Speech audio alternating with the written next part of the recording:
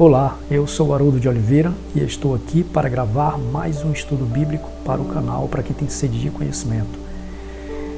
O título do estudo de hoje é: Se não existe pecado imperdoável, o que vem a ser a blasfêmia contra o Espírito Santo?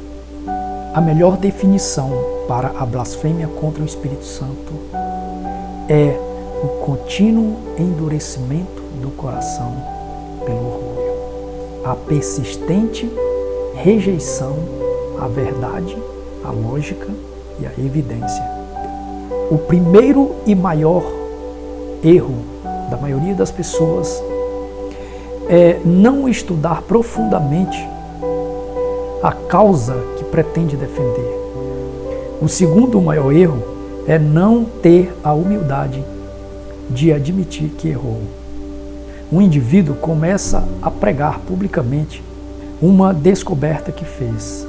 Mais adiante, alguém estudando o caso a fundo descobre que tal conceito é insustentável biblicamente. Ainda que a verdade chegue ao autor ou propagador da tal descoberta, humanamente falando, é impossível voltar atrás, é impossível retroceder. A resposta que eu tenho para esse tipo de atitude de uma pessoa não retroceder, não admitir que estava errado, que estava enganado, no meu entendimento, é como se o diabo chegasse ao ouvido da pessoa e dissesse: tu não pode admitir que errou, que cometeu um erro. Porque senão, de agora em diante, todos te terão como um homem equivocado, um homem enganoso, um homem confuso, um homem que não tem convicção do que fala, um homem sem preparo para orientar outras pessoas, para guiar outras pessoas no caminho certo, no caminho que conduz à vida, à salvação. Eu vejo dessa maneira. É essa a resposta que eu tenho para que as pessoas não consigam admitir que cometeu um erro, retroceder e assumir agora uma nova concepção do que ele defendia. Aí esse sopro no ouvido se junta com o orgulho e com o ego. E aí, meu amigo, retroceder é como se estivesse acima da salvação. Se o indivíduo ele realmente não tiver muito desejoso de ir para os céus, um dia morar nos céus, ele se torna uma pessoa inconvencível. Foi justamente isso que ocorreu nos dias de Jesus Cristo com relação àqueles fariseus e saduceus, todos aqueles homens que estavam o tempo inteiro ao redor de Cristo. Eles não admitiam que Cristo era assistido pelo Espírito de Deus, pelo poder de Deus. Vamos agora para os textos que nos dão base para crermos que de fato não existe pecado imperdoável. O primeiro texto se encontra em Isaías 43, 25.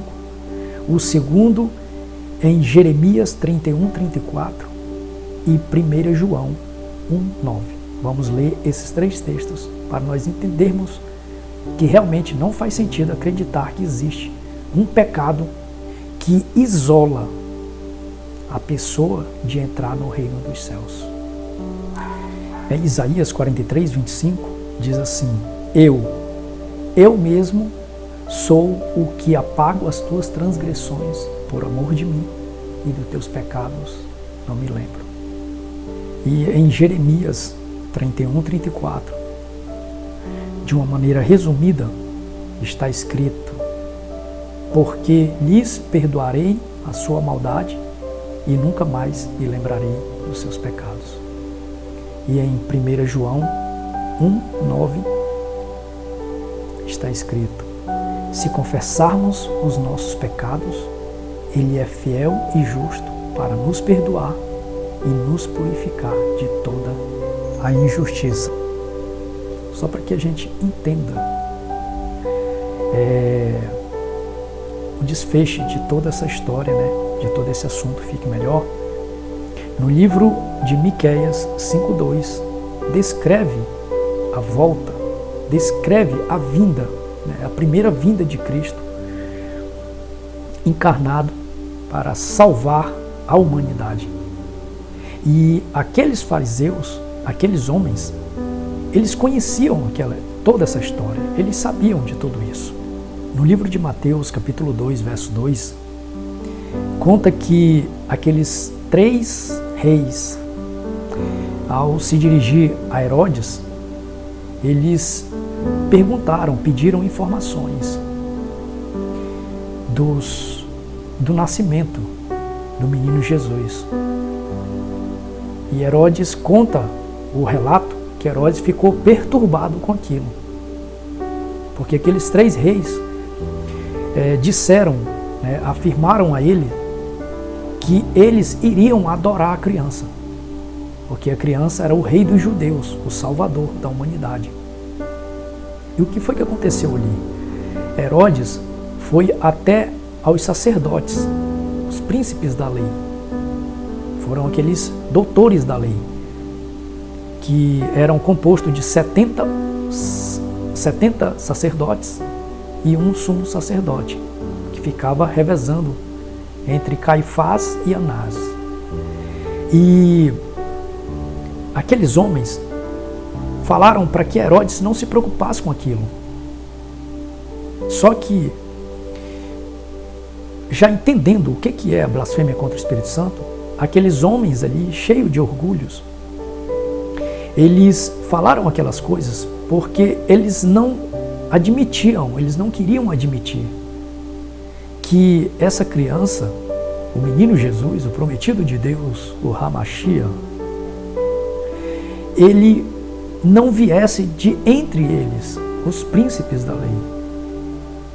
E por essa razão, agora, eles estão dizendo que aquilo não era verdade e que ele não precisava se preocupar com aquilo.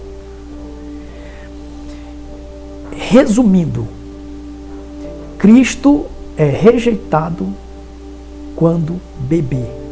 Nesse Mateus 2:2, Cristo é rejeitado quando bebê.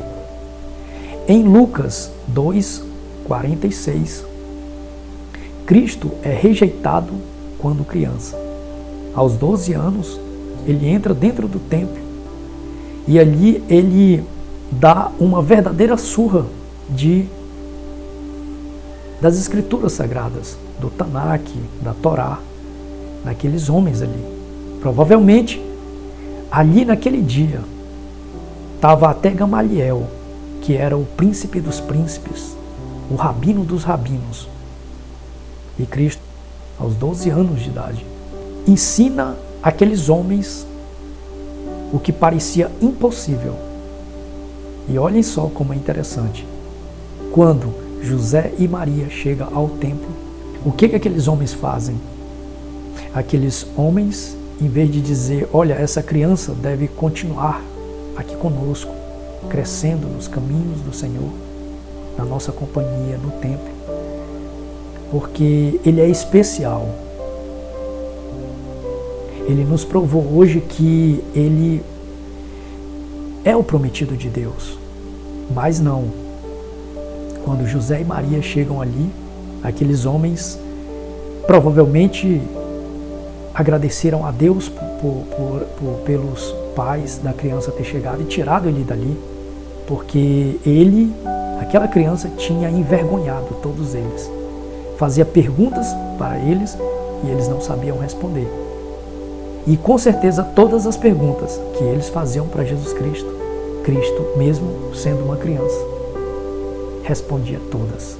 Nós já vimos que Cristo foi rejeitado quando bebê, agora quando criança, e agora em Mateus 12:32, Cristo é rejeitado quando adulto. Cristo está efetuando um mesmo milagre pela segunda vez, expulsando um demônio de um jovem que era cego e mudo. E novamente os fariseus, assim como lá em Mateus 9:34, os fariseus novamente acusam Cristo diante da multidão de que ele expulsava os demônios pelo príncipe dos demônios, Beelzebul, Satanás. Em outras palavras, Cristo agora, quando adulto, fazendo milagres que nunca tinham sido realizados antes. Eles agora, com o coração cheio de orgulho, agora estão atribuindo esses milagres de Cristo a Satanás, em vez de atribuir a Deus, que era o que realmente acontecia. Isso é o que? Isso era o orgulho dentro do coração deles. Eles, por não fazerem mais milagres, por terem se afastado de Deus, né, por estarem pecando continuamente contra Deus, eles não conseguiam mais fazer milagres. E Cristo agora fazendo os milagres, só porque não era um dos príncipes, um dentre eles não tinha vindo do meio deles, mas de uma família humilde, que provavelmente não tinha o menor respeito dentro da tribo de Israel, entre os israelitas. Eram pessoas desprezadas, pobrezinhas, humildes. Eles agora não queriam admitir que aquele homem, que para eles era um Zé Ninguém, que para eles não tinha valor de nada, pudesse fazer aqueles milagres, pudesse ser usado por Deus. E mais ainda, ser o prometido de Deus, ser o próprio Filho de Deus. Nós já vimos Cristo sendo rejeitado quando bebê, quando criança, quando adulto, e agora nós vamos ver Cristo sendo rejeitado mesmo depois de ressuscitado. Por mais incrível que pareça. Isso está em Mateus 28, do 2 ao 6 e do 12 ao 15. Cristo, aqueles homens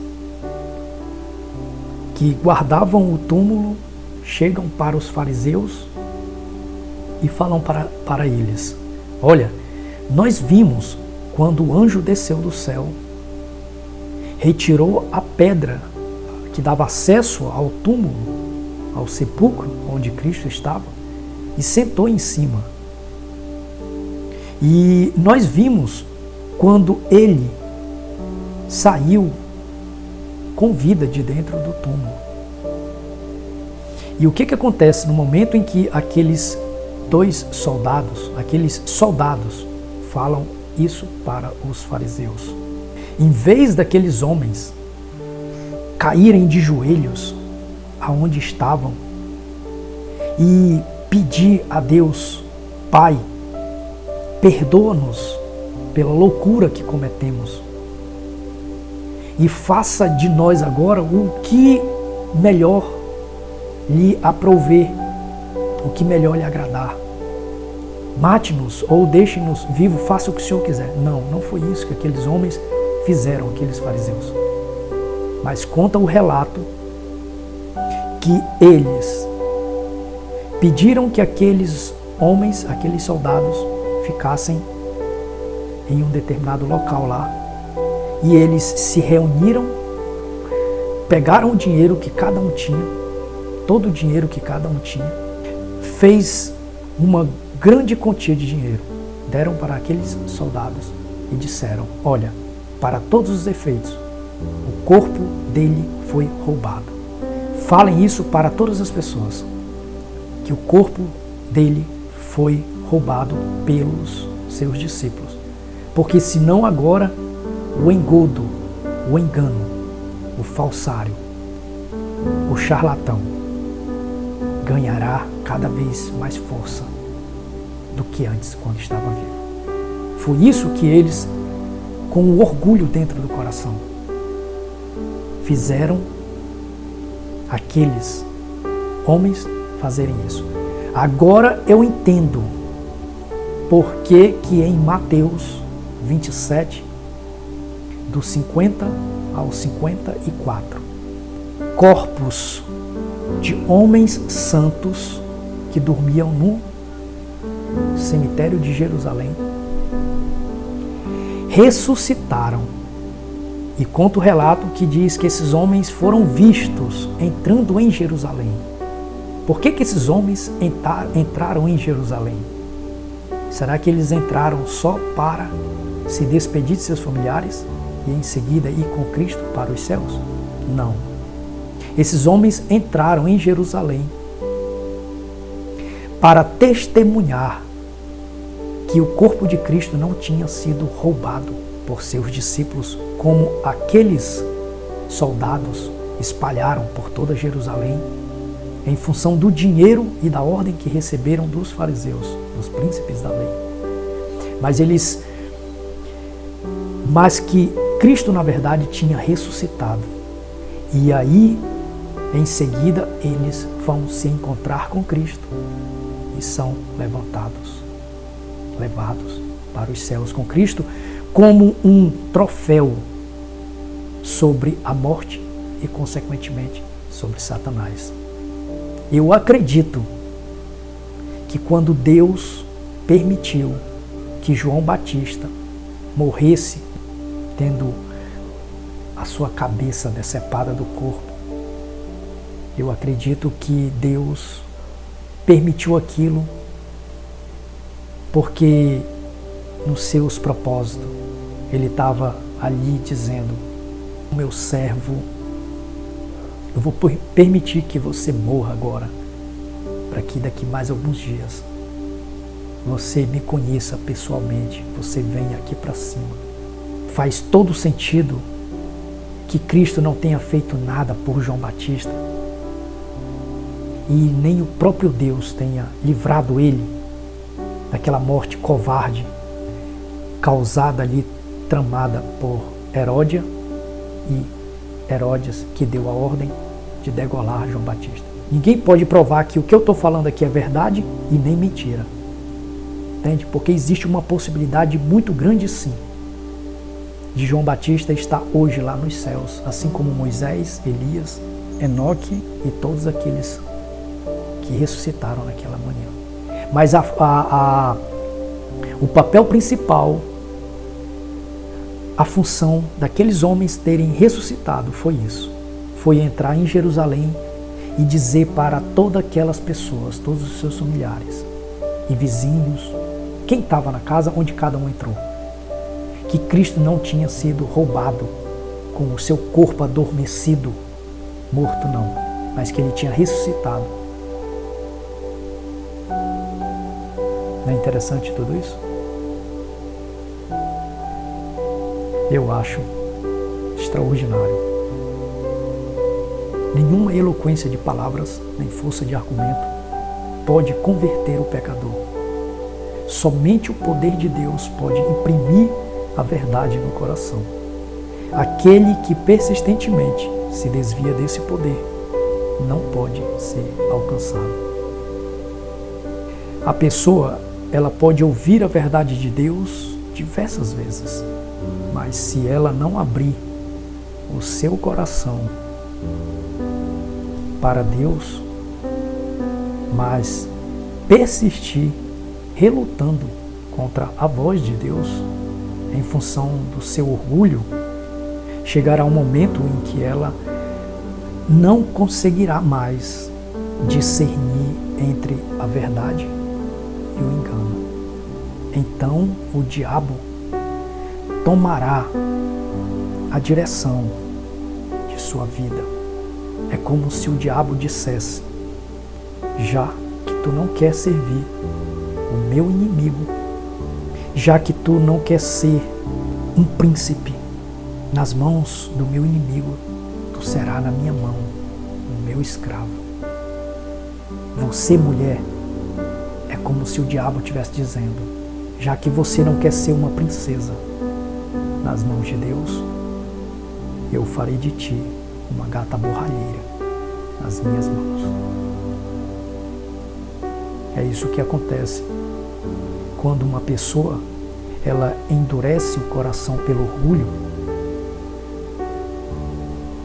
em não querer ouvir a voz de Deus. Deus usa diversos meios para alcançar uma pessoa.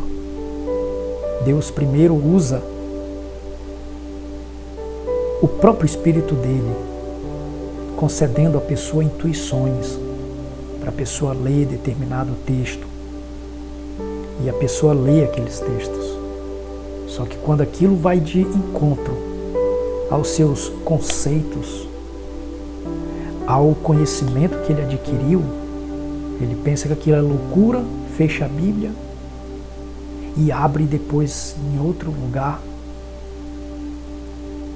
que não fira o eu, o ego dele. E muitas das vezes também não é nem porque fere o orgulho dele, mas porque vai contra as diretrizes, aos ensinamentos que a denominação, que o organismo religioso dele ensina, que os líderes dele ensinam. E aí ele prefere dar ouvidos, ele prefere ficar com aqueles enganos, com aquelas mensagens distorcidas e perturbadoras que a denominação dele ensina, do que a verdade de Deus. Isso é você estar relutando contra a voz de Deus. Entende? Depois Deus pode usar outro tipo de literatura que ele queira. Deus, por fim, usa outros seres humanos para falar ao coração daquela pessoa. E mesmo assim, ela continua rejeitando aquela mensagem verdadeira como sendo falsa. Aquela mensagem que está vindo de Deus como vinda de Satanás. E nisso inicia-se o processo contra o Espírito de Deus. A blasfêmia contra o Espírito de Deus, de uma outra maneira explicada, também é tapar os ouvidos para a voz de Deus. Se esse estudo te ajudou a entender melhor esse assunto, deixe o seu joia, ative o sininho, compartilhe o vídeo e se inscreva no canal para receber os links dos novos vídeos postados. Desde já, muito obrigado por ter assistido o vídeo e fiquem todos com Deus e até a próxima, se Ele nos conceder a graça, por amor ao seu Filho amado Jesus Cristo.